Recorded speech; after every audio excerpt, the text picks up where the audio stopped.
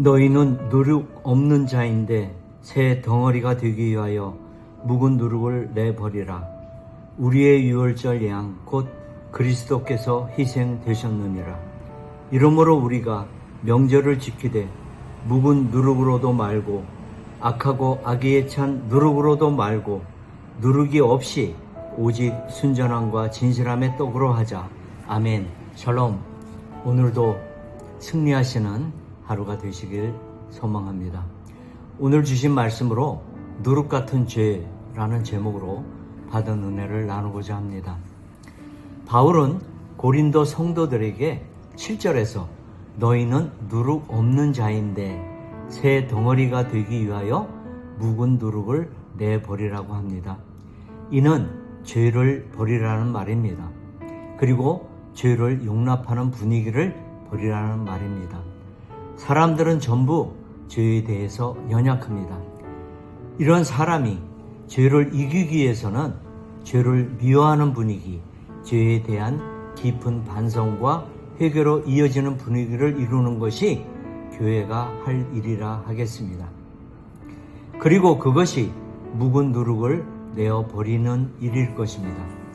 바울은 특히 예수님이 유월절 양으로 희생된 것을 말하면서 예수님의 십자가 희생은 언제나 우리가 죄에 대해서 얼마나 예민해하고 있는지, 깊은 두려움과 거부감을 갖고 있는지를 생각할 수 있도록 하고 있습니다.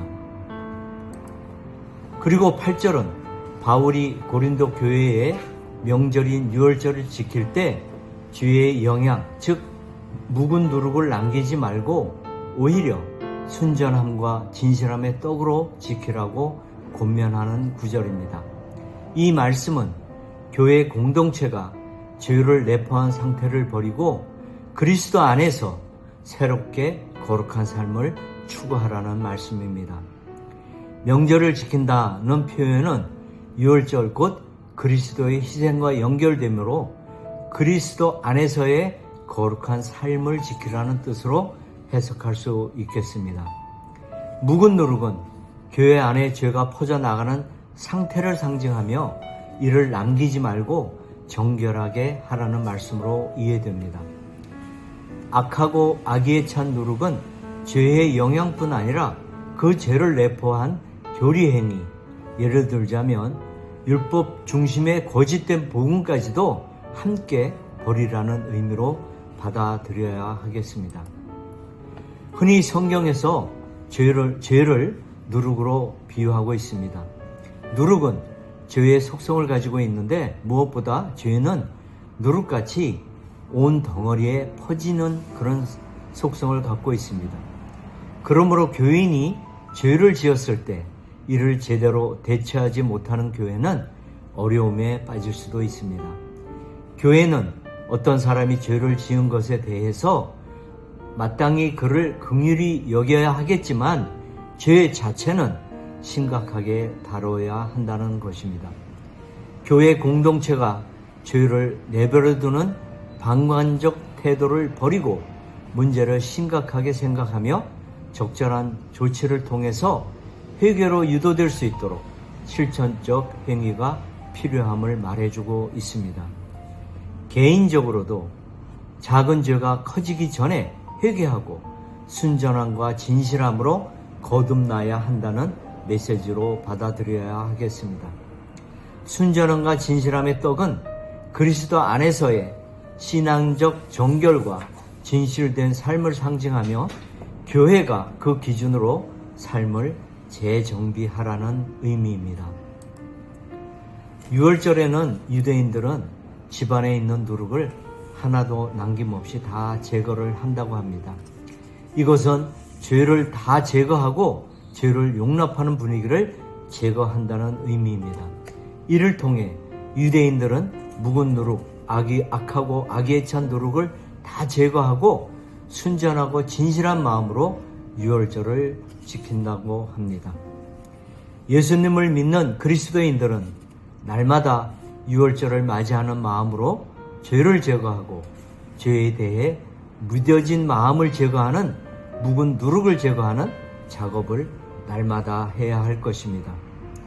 그것이 죄를 지은 사람을 징계하는 일이요 자기 죄를 회개하는 일일 것입니다. 또한 교회는 어떤 죄도 용납하지 않으며 죄에 대해 단호한 자세를 가졌음을 세상 사람들에게도 보여주어야 합니다. 교회가 죄에 대한 미움이 없다면 교인들도 죄를 미워하지 않는 마음에 빠지고 죄에 대해 무뎌진 마음을 갖게 될 것입니다. 그러므로 교회는 죄를 누룩으로 알고 늘 회개하고 죄에 대한 거부감과 미움을 늘 유지해야 할 것입니다.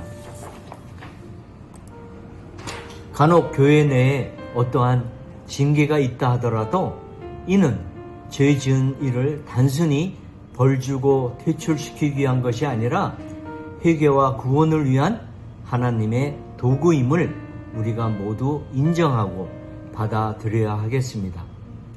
우리 모두가 우선은 죄를 짓지 않도록 늘 깨어 있어야 하겠지만 각박하고 혼탁한 세상적 삶에 떠밀려서 우리 자신도 모르는 가운데 죄에 빠졌다면 그 누룩이 더 퍼지기 전에 반성과 해결을 통한 새로운 삶의 자세를 찾아야 하겠습니다. 그리고 우리 주변의 사람이 그런 상황에 처해 있다면 단순히 비난하고 회피하기보다는 그런 자들을 위해서 기도하며 무엇이 그 사람을 회개의 길로 돌아설 수 있게 할 수 있는지를 살펴서 지혜롭게 대처해야 하겠습니다. 오늘도 주님이 주시는 지혜와 은혜로 죄의 유혹에 빠지지 않고 승리하시는 우리 모두가 되시길 간절히 소망해 봅니다. 기도하겠습니다. 사랑의 하나님 아버지, 세상적 죄악이 누룩처럼 퍼져 있는 현실 속에서 주님의 가르침대로 살기가 정말 힘듭니다. 이런 저희들을 긍휼히 여겨주셔서 날마다 새로운 말씀을 붙들고 죄를 이길 힘과 용기를 얻을 수 있도록 인도하여 주시옵소서. 십자가를 통해 새로운 존재로 빚어주신 주님의 은혜를 기억하게 하시고 주님 앞에 순전한 성도로 서게 하여 주시옵소서. 예수님 이름으로 기도합니다. 아멘. 주신 말씀과 또 교회를 위해서 공동 기도 제목을 보며 기도하도록 하겠습니다.